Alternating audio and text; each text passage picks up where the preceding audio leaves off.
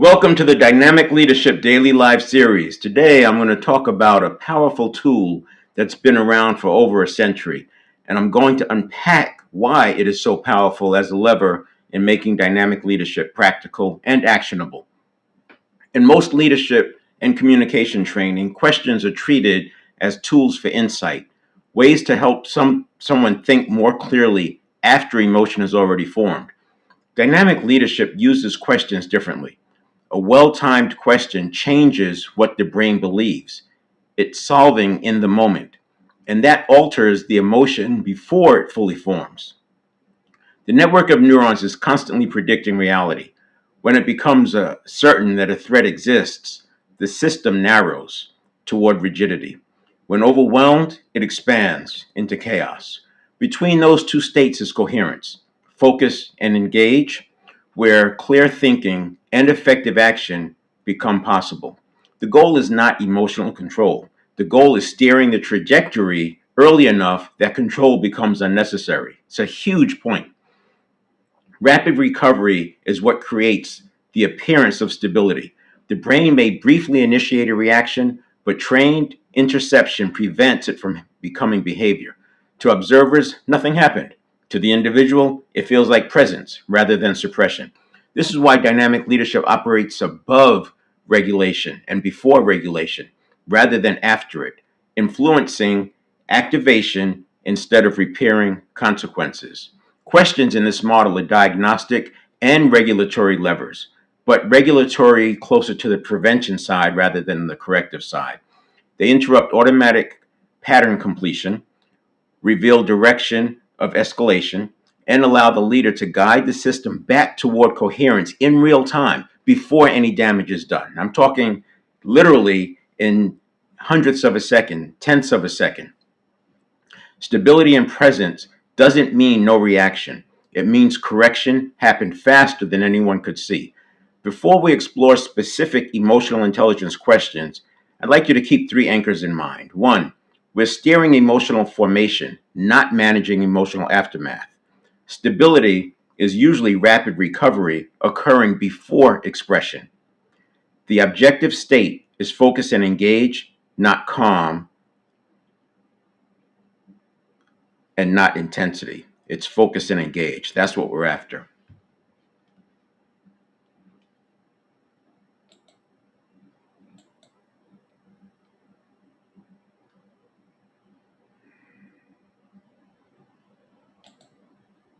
All right.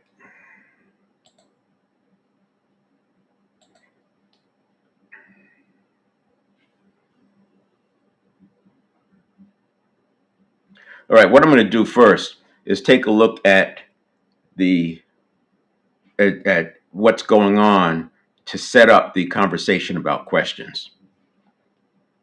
There's a different look than what we've had before, and I think it's important to understand this because I use as a backdrop traction control, and looking at traction control and anti-lock brake systems, the way that they interrupt the process of a skid happening, whether accelerating, which is loss of traction, or braking, which is a skid, it interrupts it in the process. So to the observer, to someone who's driving or watching, it doesn't look like any skid ever happened. But if you look at it from an engineering perspective, yes, a skid did happen, but it happened in a millisecond or two and got corrected before it was even noticeable. So by the time you notice it, it just passes. Remember, the reaction time of the conscious mind is a half a second. The uh, subconscious is a quarter of a second, and for athletes, it's 150 milliseconds. And this explains why you see race car drivers going through training to improve their response time, their reaction time, because you do feel a skid before your conscious mind is aware of it. And as racers, track driving, you train yourself so that as you feel those skids, you're adjusting. That's why you see the steering wheel constantly, the hands constantly on the steering wheel, just doing this. They're actually reacting to what they feel, and they're doing it at the hundredth of a second level. Now, I mentioned that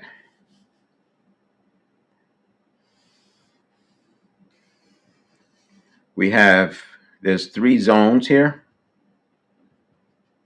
You have fight or flight.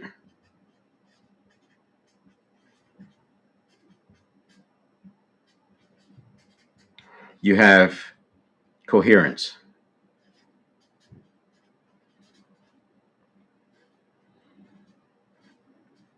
And in between, you have focus and engage.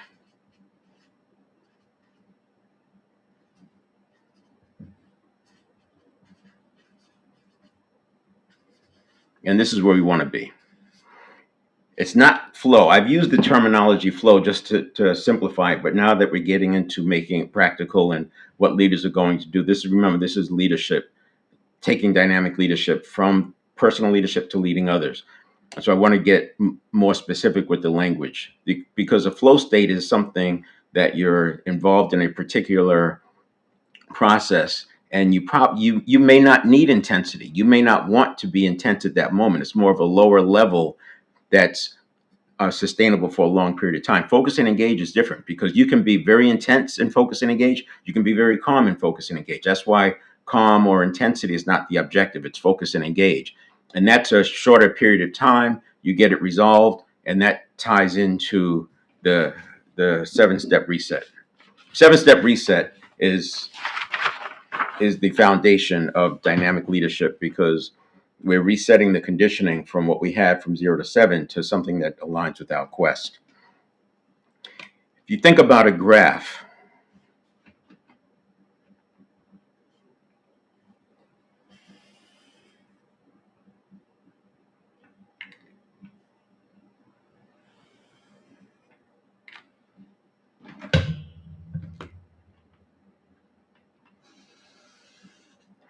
on one side of the graph, we have effort, and on the other side, we have impact. So this is a multi-dimension graph here. And this, on the bottom, we have time.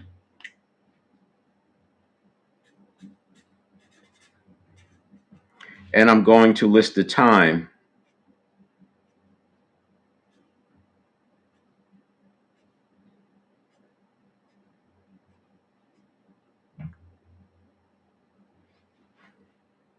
in tenths of a second. So each one of these is a tenth of a second.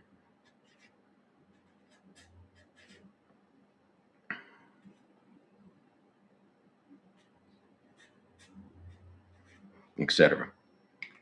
And here's what's going on. This line at that half-second mark, and of course this changes with situation.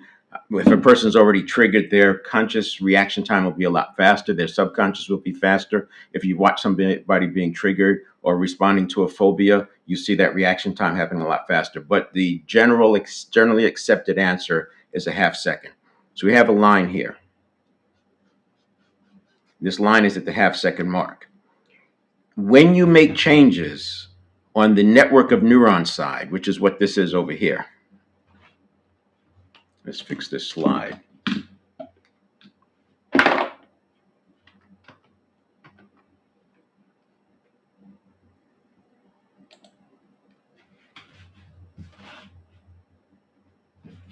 right. When you make changes on the network of neurons side,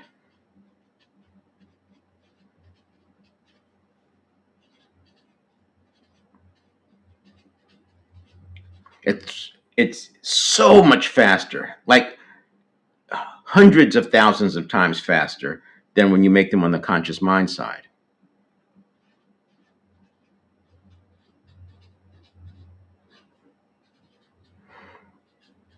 The reason is because over here you have 50 bits per second processing speed. And over here you have 11 million bits per second processing speed. So, I mean, clearly it's obvious that this side is going to be faster. So we measure things in milliseconds over here, and you measure things in seconds over here.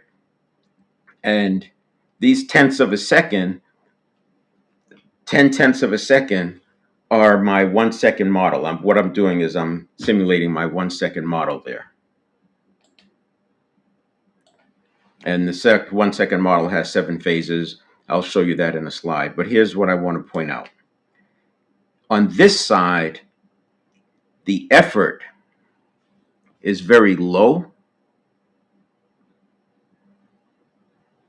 at the beginning. Let me back up. When it comes time to regulating, let's do this because I skipped a step and I want to make sure we're on the same page. When it comes time to regulating, which you hear a lot in emotional intelligence. So regulating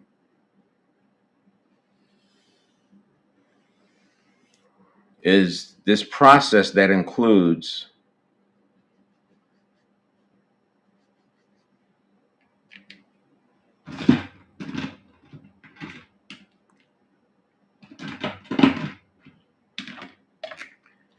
prevention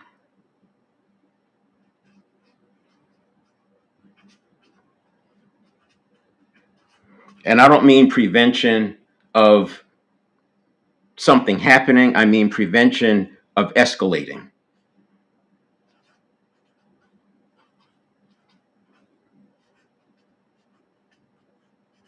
We can't stop a triggering circumstance to come our way. We can't stop that unless you just stop living and avoid everything.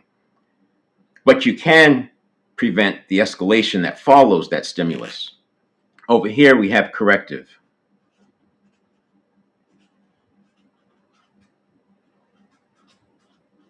And then in the middle you have modulation.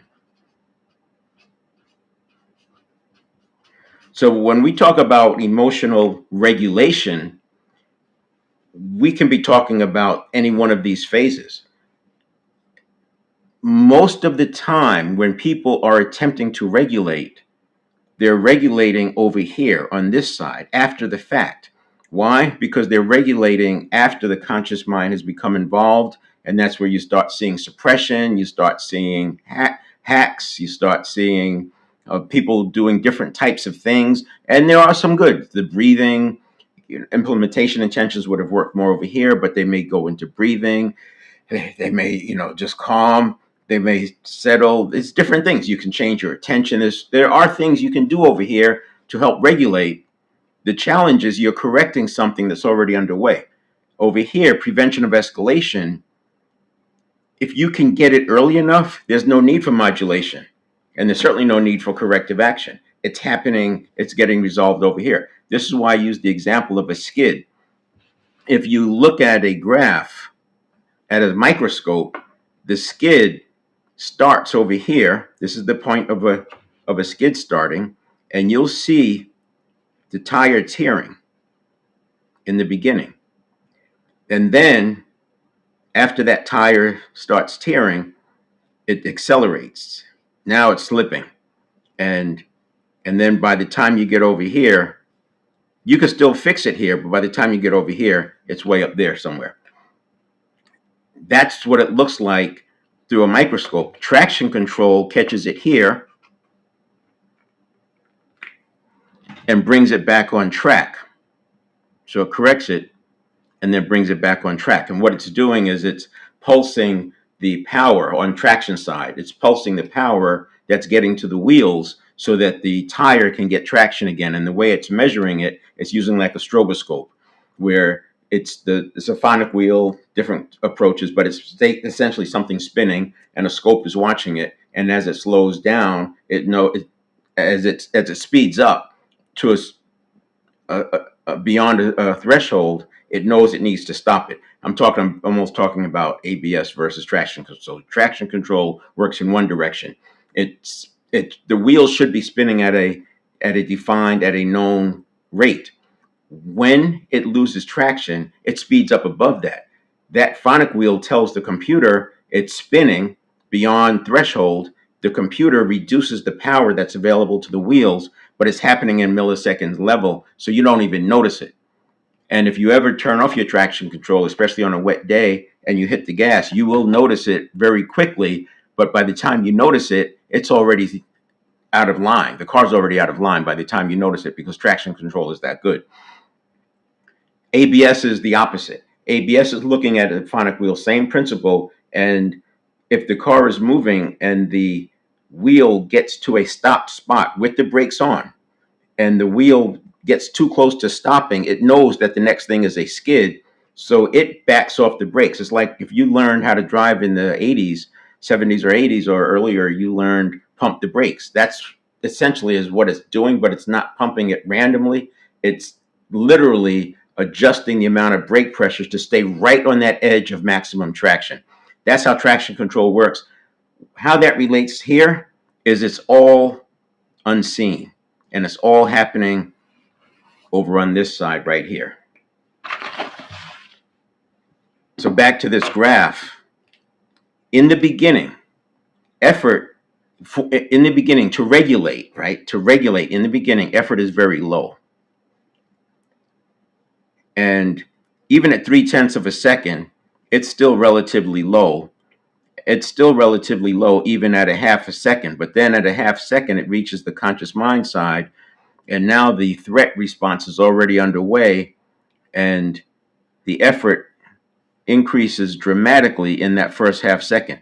The first half second, you can still modulate it. And this is not a scientific graph. This is a graph I'm drawing that's aligned with how the system works, and it's going to be different for different people.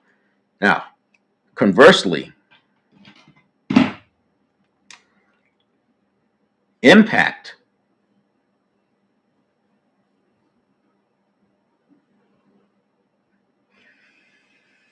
So that's impact, and this is effort.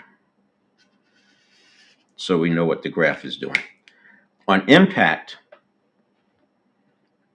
catching it early, you're way up here. And even at 0.3 and 0.5, it's still good.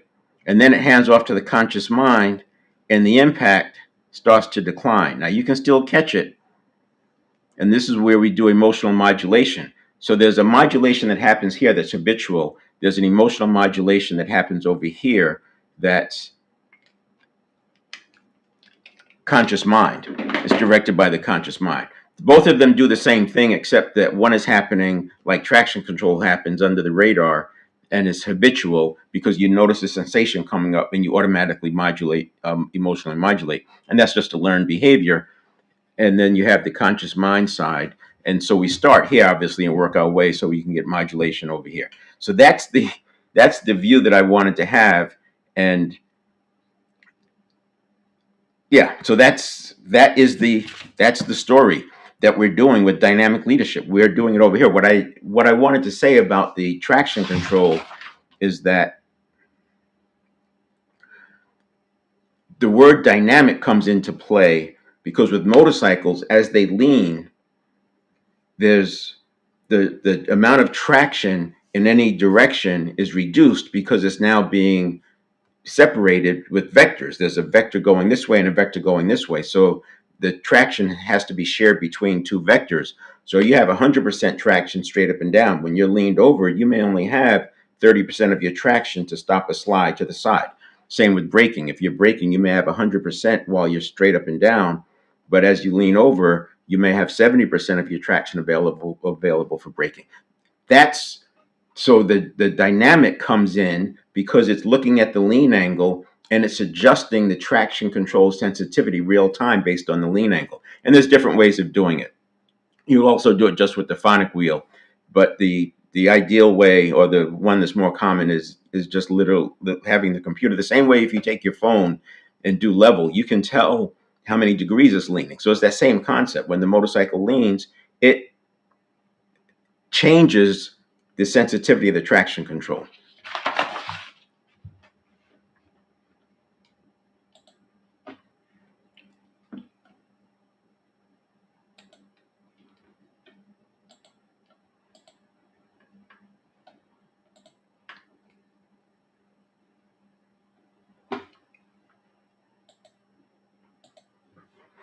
Now, we'll look at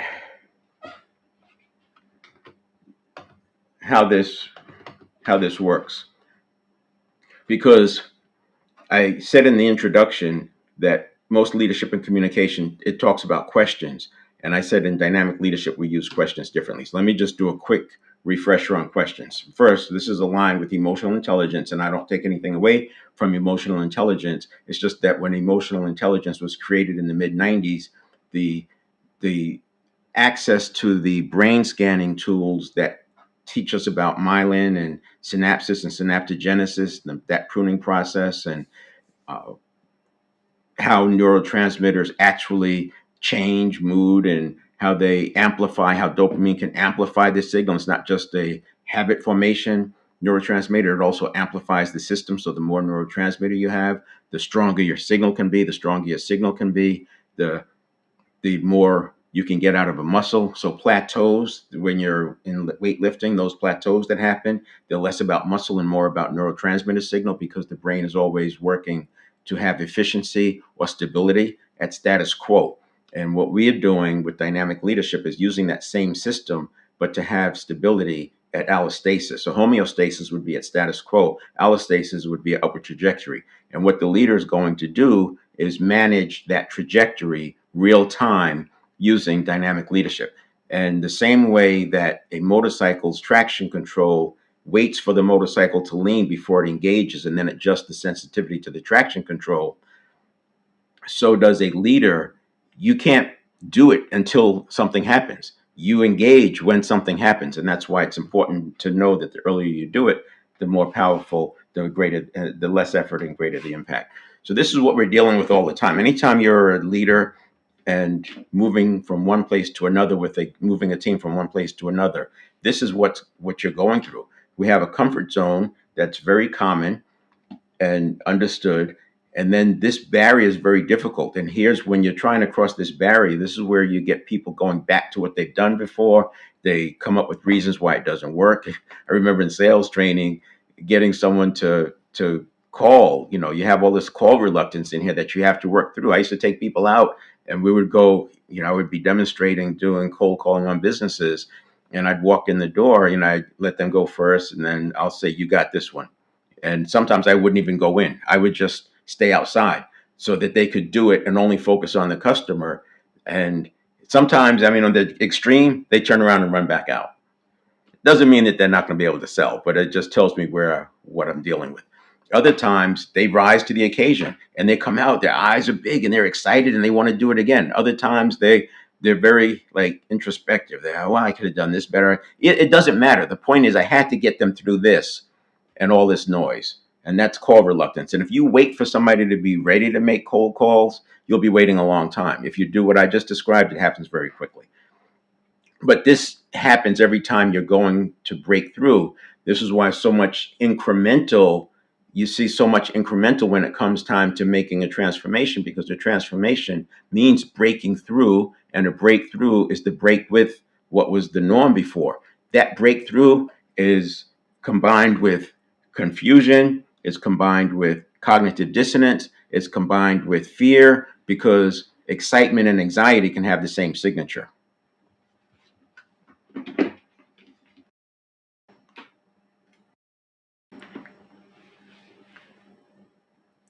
By knowing what's going on and by seeing it in advance, you can spot it. And I will treat, when I'm working with a person and I see this happening, if we know what their purpose is, that's why I start with purpose, or their goal or vision or proxy for one of those. If we're working towards that and I know that they really want it because we've had those conversations, then I push through this because I realize it's just cognitive dissonance. It's the cognitive dissonance that comes because we're attempting to do something that we believed could not be done. Again, seeing it happen, and then the solution. What's the solution for cognitive dissonance? You don't explain. You don't go through the process. You just ignore it. Do something else. When you go to sleep, that's when the neuroplasticity happens in a big way. Neuroplasticity is always happening, at least at a low level, but when you're sleeping, that's when the brain really resets, and you wake up the next day. When this cognitive dissonance is because you're attempting to do something that you thought was impossible, as an example. You wake up the next day with answers because you've gone from your nervous system, the network of neurons has gone from fear, we're doing something we've never done before. This is scary. There's all coming up with all these reasons not to do it. But then when you go through it, the nervous system flips and it does what it's designed to do, which is make sure that you survive. So it flips from fear based to we got to figure this out. We got to figure this out to you go from fight or flight to focus and engage because now you have to do something. And this is why I talk about allostasis creating the trajectory. We want to maintain focus and engage, which means we have to avoid the fight or flight. And you can't avoid the person getting prepped for fight or flight, but you can spot it and do something on purpose to turn it around. And that's what we'll be talking about today with the questions. And then you have a new problem once you're above because the unfamiliar and the unknown is treated by the subconscious or the network of neurons as a threat, and we don't want to constantly be in threat. And this is where we take a page from Jim Collins' book Great by Choice, and we focus on methodical, simple, and consistency. Simple, methodical, and consistent. That's what we want to do here. And I say methodical, it aligns with your strengths. So strengths, consistency, and simplicity, but you're using a methodology that aligns with your strengths. And then you can, I'm not going to say totally ignore what's going on out here, the noise, the VUCA, but you can check in on it once a week. You don't have to check on it every minute because it's not changing that fast. It's not impacting you. And as long as you're focusing on a good model here, your strengths, consistency, and simplicity methodology, you're going to be all right. It doesn't matter what's going on here. You just stay the course. So this is the model that I drew. So I showed you that this is the network of neuron side. This is the conscious mind side, and this is the handoff.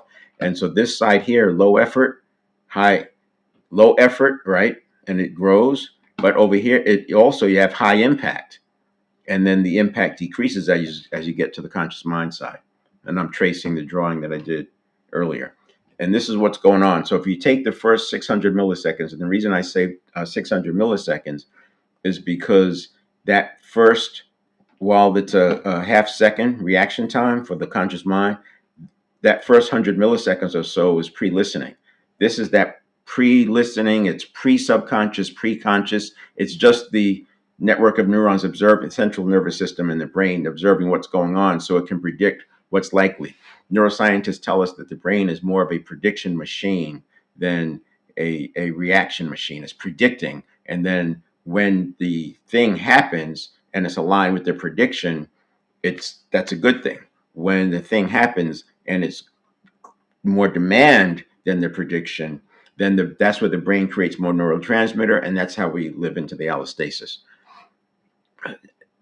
In the first 200 milliseconds, that's why I drew the line with tenths of a second. The first one, you have readiness. This is just the initial detection. There are things you can do here. I've covered that in self-mastery, and I've covered them in other ones. I'm not going to go into it here, but essentially changing your perpetual question is one of the things you can do here. Over here, we want to literally condition the subconscious because it's happening too fast and it's at the network of neurons level. You're not going to do anything actively. You can actively change your perpetual question, but it's hard to do something actively here. You can use something like a swish pattern. Implementation intentions will have an effect, and but if you condition it in, you don't have to worry about it. And you're changing the bias of the subconscious to look for threats and assume that 80% of the stimuli are threat based, and shifts that to 80% of the stimuli are neutral and positive. And then you have the reaction formation. So this is where we'll get into maybe some of the anchors, because now you're getting ready to go into the conscious mind. You're feeling it, you're noticing it happening. You can anchor, you can do things like turning your attention, taking the deep breaths. There's things you can do here because now you're aware of that sensation. This is all happening inside of a half second, remember. Very, very quick. And then you have the handoff. And that's another view of it. Well, let's look at this. So yeah, the perpetual question, we condition the trajectory bias. I'll let you screenshot that if you want. And then fire a pre-trained anchor. And that pre-trained anchor could be taking a deep breath. It could be looking to the left or right. It could be squeezing your hand, whatever you've done that aligns with that kind of a meditative state. And so the way we do this is by using the 7-step reset. This you're having 30,000 daily stimulus response cycles. So you have to do something that's happening is every other second. You have to do something that manages it real time, and that's why we spend a lot of time here. So that in self mastery, we're mastering this part. Step 7, we're going back to mindfulness, back to presence, and then we're ready to move forward. And in here, we're making sure we're in coherence, and you're doing things on purpose to stay coherent. Because if you're coherent, it doesn't matter what hits you, you're going to be showing up as the best version of yourself. If you can't do this and you're coming in here, you're already triggered. Now you're in a triggered state, you're in a heightened state. It's going to be more difficult for you to navigate into a difficult step 3, which is where the stimulus happens. This is where the stimulus occurs, right here. And here's your response. Here's where your response ends, and then action is taken. And that's why I call it a reset. You don't need the conditioning that you have from 0 to 7 today in whatever it is you're doing. So questions. Why questions are universally used? Most any book you read that talks about questions, you'll see something along the lines of these bullets, if not all of them. They increase engagement and participation because you're getting people involved. Facilitators know this. You lose in the audience, ask a question. They build understanding and surface assumptions. You don't know what's in a person's head. I like to say that people are always moving towards convergence or they're moving towards divergence. And when they make a statement, I don't know which one it is. I know a data point. By asking a question, I can see, are they moving towards convergence, which could be leading to fight or flight, or they're moving to divergence, which means they're open to options and can explore. It reduces conflict by slowing reaction. So emotional intelligence uses a lot of questions, and it's because it slows down the system, everything. It slows down everything, which allows people to have more regulation. That's fine and that works. What I'm saying is it's even better if you can regulate at the prevention side the way traction control does, and that's what dynamic leadership does. Questions promote reflection and learning, obviously, and then they improve decision quality. Leaders use questions all the time. I was talking to someone the other day, and they know to use questions in a sales situation because that's how you control the narrative. You ask a question, but it didn't register for them that other people are using questions to control them, and they were literally wanting to answer every question that comes their way because they felt they had a duty to answer those questions. And in sales training, we teach people that you hear the question, you want to rephrase the question into one that you want to answer. It's kind of the same thing. You don't have to answer the question that was posed. What I would say is if it comes in 3 times, I'm going to answer it. If it's the first time, I'm going to do just a bypass. The second time, I might give a response. But the third time, if it's the same question, I know that they really want to know the answer, and I'll give them an answer. But you don't have to do that right out of the chute is the point. Anyway, I just thought that was interesting and would point to. So we already trust questions. Next, I want to look at how we start using them in dynamic leadership. So they're not just insight tools. We usually think that they help people think.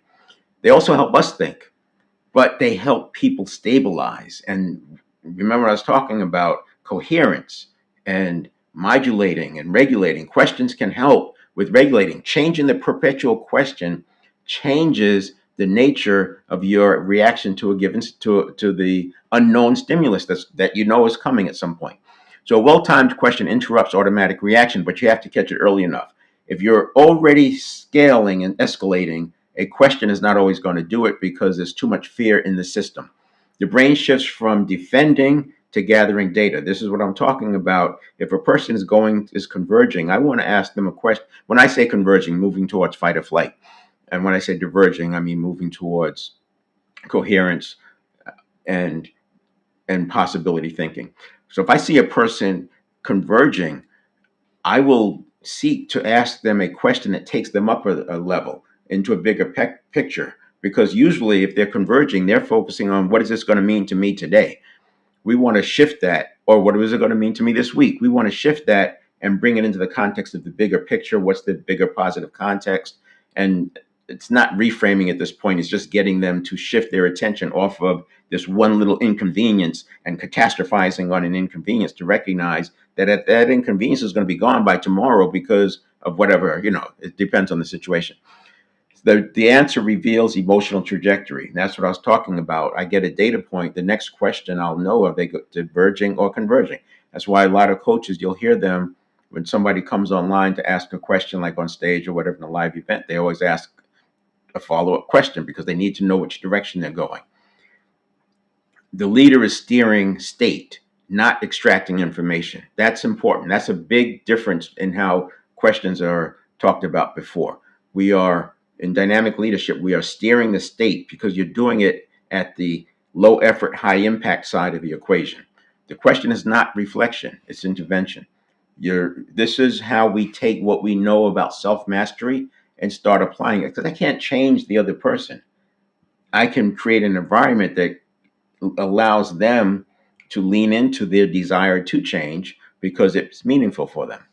And you have to see it and detect it, at least at the subconscious level, your network of neurons side, to be able to pick up on it and do something about it.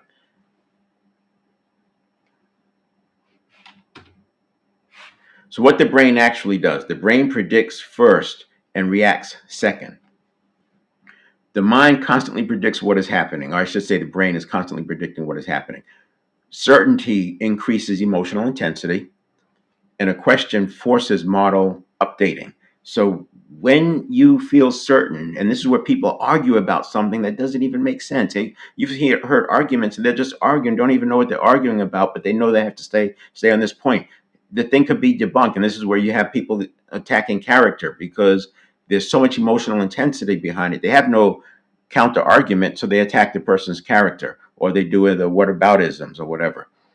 And then a question forces their model to shift if the question can get through. But you have to ask a question in such a way that it's not going to just create another reaction. And then updating lowers threat activation. So by the model updating, we're lowering the threat activation. Change the problem, the brain thinks it's solving, right? You're changing that. And this is why sometimes the better question is one that takes a person to a whole nother frame. This is what I mean by going up a level. You can also go out a level. By going to a completely different frame, they have to go introspective for a moment. And when they go introspective, they are updating their model. When you see their eyes go back and forth, you know that you just broken through, or possibly you've just broken through. So there's a lot of sensory acuity obviously involved here. Then we have converging versus stabilizing versus overexpanding. This is what I had been alluding to. We're steering direction, not controlling feelings. By steering direction, you avoid the feelings. By emotional modulation, we're avoiding feelings because once a feeling gets escalated, that turns into a neurobiological event, and then it's lodged into the network of neurons. You have cortisol and adrenaline flowing. It's a lot harder to come back from the edge. Converging, narrowing towards rigidity. So like I said, fight or flight, you could say rigidity. And stabilizing is focus and engage. That's integration. So we don't want to go into that fight or flight or rigidity.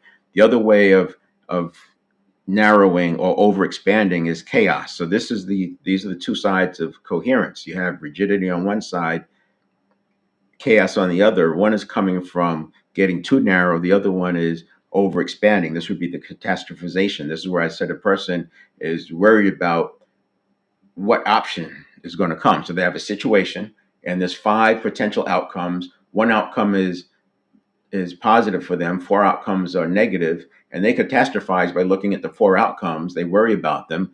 And then so much anxiety comes as a result that not only are they looking at the 4, which is like negative goal setting because now they're making pictures of what they don't want. Not only do they look at them, they start to collapse them into one. So now they're treating like all 4 of those negative outcomes are going to come at the same time. And it's just so overwhelming for them. And this is where you see the person just catastrophizing, and it's all internal. There's no new information coming outside. They're just escalating inside. And that would be a form of the overexpanding. Answers tell you which direction the person is moving before you see it. By the time it's happening, it's too late. You've lost the narrative. You lost the initiative. Good leaders don't calm emotions. They redirect trajectories. And what I'm suggesting is you can redirect trajectories probably earlier than you ever thought you could. Most good leaders have figured out how to do it, and they're doing it, which is, this works. This people are doing this already, but by understanding the model at what's in play, and that's why I broke it down into the first 600 milliseconds, where we have two tenths, two tenths, two tenths, because that's where you have the most amount of power, but it has to be done at the subconscious level. You first start working the subconscious level with yourself for self mastery, and then you start applying that subconscious level to others. Then we have where this is where dynamic leadership lives. Most models regulate after the emotion forms. This intervenes before brain reaction begins automatically. Expression can still be intercepted. Rapid recovery prevents visible behavior. That's like my traction control example. And stability is fast correction, not absence of activation. So the reaction starts neurologically, but never becomes behavior. This is similar to what I was saying in that with traction control, from an engineering perspective, you can't say the skid never happened, because it does happen. It just happens so fast, and it's recovered so fast that it's not felt and it's not noticeable. The same thing here.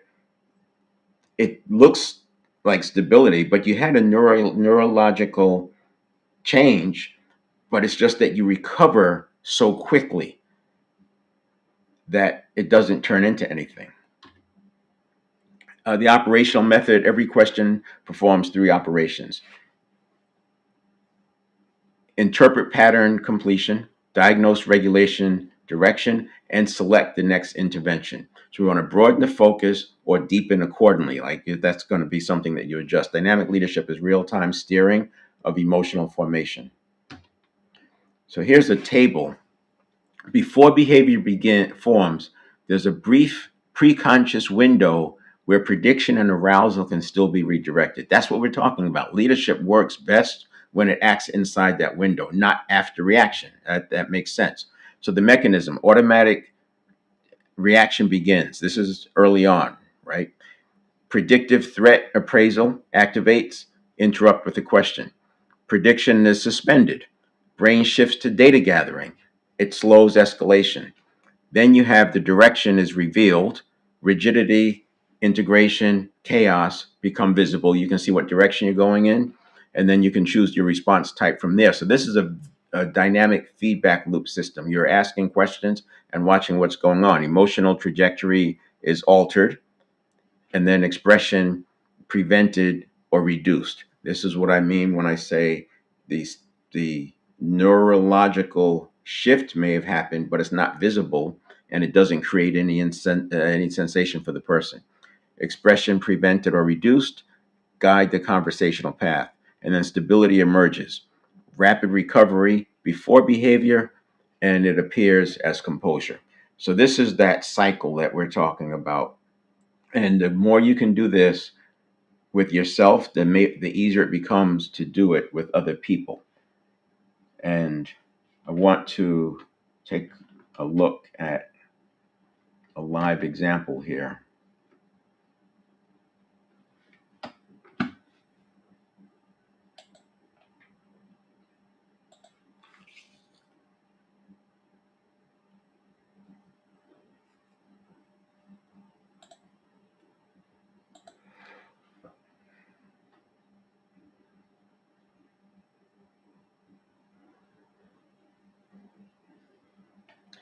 Right. So this is something I got this from Dr. Carolyn Frost, Lifestyle Design. You can check her out, healthymindsetliving.com. These infographics are emotional intelligence are good for looking at what the best practices are in emotional intelligence. And you can see these are some of it says emotionally intelligent people use under pressure. It's 12 sentences. I won't go through every one. You'll get the gist. I need a minute to think this over. This is giving them some space, but it's happening at the outside. Let's do this. Let me see if I can do this. Yeah. And we'll change this.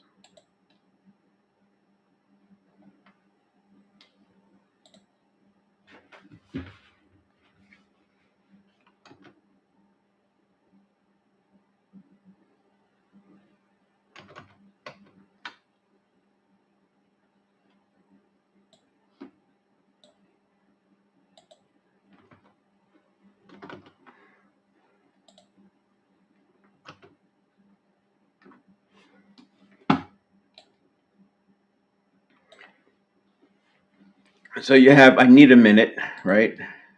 Is that going to be okay? I'm not seeing it. Hold on.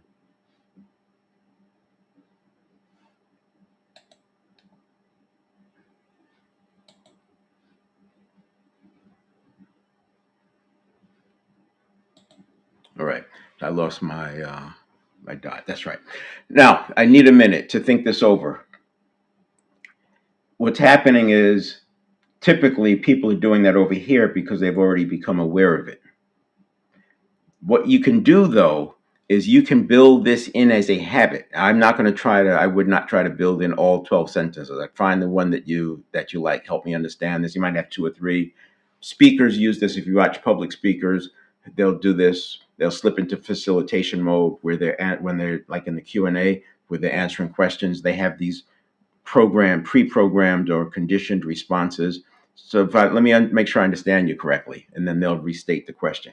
If I'm understanding you correctly, what you're saying is, and those are just automatic. They come out while the person is thinking about what question they're going to ask. So the audience member asks a question, they deliver that conditioned reaction, and they're thinking about the question, and then they're going to rephrase the question to one that they want to answer. Help me understand this. That's interesting. Can you tell me more? And we can go on. I notice I'm feeling reactive. I don't like that one, but let's pause and come back to this. That's another good one. What would a good outcome look like for you? Another good one. So these are different questions. And here's how you can apply this now. When you set habits, I talk a lot about changing habits at the network of neurons side. And we do talk about how to do it, but there's so many levers and it depends on the person. I have to see what's going on and what's breaking down before I can just decide what's going to work. But there are different tools, obviously, visualization, mental rehearsal. But one of them that you can use starting today is implementation intention. You can pick a system, and I say when you do this, don't use something that's difficult or challenging or triggering. Start with something easy. You first want to build a skill, then apply it to real world situation. So you start with something easy and you say, when this happens, I'm going to do that. If you're in sales, you can say, if the person doesn't give me a firm yes, I'm not going to go into the presentation. The reason I do it that way, I'm not going to go into the close. So if they don't give firm answers to my yes questions, or then I'm not going to go into the close. That becomes a gate. And it's just an example. If you're leading and you have somebody who's been kind of challenging, and or maybe you're moving forward and you have the early adopters and you have the late adopters and they typically resist, when the person shares resistance, I'm going to. And it might be, what would a good outcome look like for you? That might be somewhere where you use that question. My point is, you can use implementation intentions as part of mental rehearsal to say, when this happens, I'm going to do that. Now, you can't just say it one time. That would be like training your dog to sit one time and then taking it out in front of a room at a party and saying, watch my dog do this trick. He's never going to do it. It's too much stimulation. You have to condition this. You have to do the implementation intentions, and you can do 5, 4, 3, 2, 1. You're going to practice it 5 times the first day, 4 times the second day, 3 times the third day, 2 times the fourth day, 1 time the last day. Just mentally rehearse. And when I'm talking about mentally rehearsing, we're talking less than a minute. You can do this in 90 seconds. You can say, when this happens, I'm going to do that. And I would verbalize it. You can think it, but by verbalizing, you're activating the network of neurons. And I would give the wording the same. I would use the same wording because that makes it more uh, it's more repetition. If you're changing it all the time, you're not repeating the same thing. So you want repetition. Over time, you will be able to get the effect of an implementation intention just by deciding that this is what you want to do, because you're moving the conscious mind into more of a control point over the subconscious and the network of neurons, rather than being the tail wagging the dog, so to speak. So this is just one example, and like going around the horn here. Can we explore other options together? I'm not ready to decide yet. You don't have to decide, right? These are things that you can, but again, I would not try to condition all of them. I'd pick one or two, use implementation intentions, and then condition it. So I'll drop that down. And again, I got this from Carolyn Frost, and I found her on LinkedIn. Let's go back to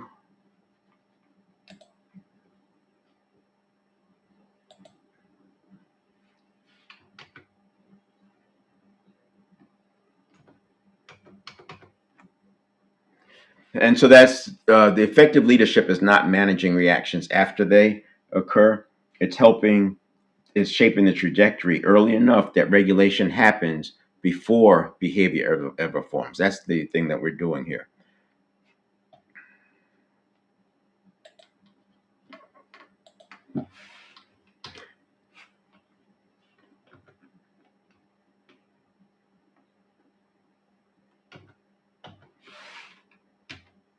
And back to the earlier slide, it's not just getting through this barrier that we have to contend with, it's dealing with all the VUCA up here, the shiny stuff, the scary things, all of the internal representations, the I don't want power. That's also what we have to manage. So dynamic leadership is not a once and done. It becomes a style of how you lead all the time. And it becomes natural because you're doing it at the habit level. The automaticity is happening at the habit level. So I go live every day, usually at 7 o'clock, sometimes at 8. My tendency is to go 8 on Mondays just because there's more going on. Depends on schedule.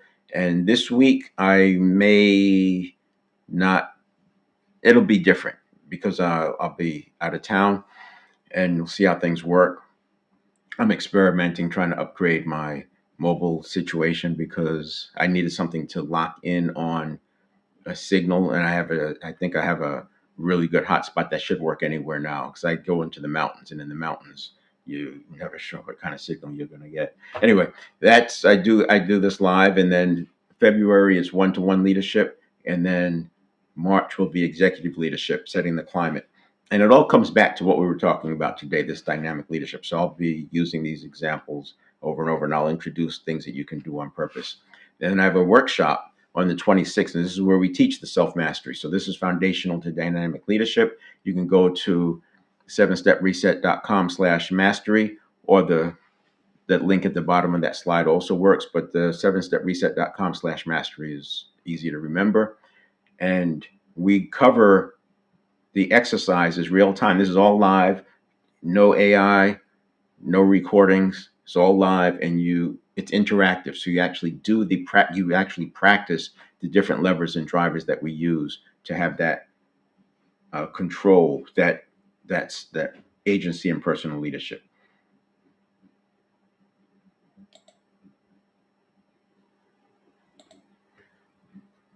So that's the first. So today was the first one of the series in looking at using questions. We'll stay on that for a while. And it's not just questions, it's intervention methodologies that happen along the way that you can condition in at the network of neurons level. All right, we'll see you tomorrow. Take care.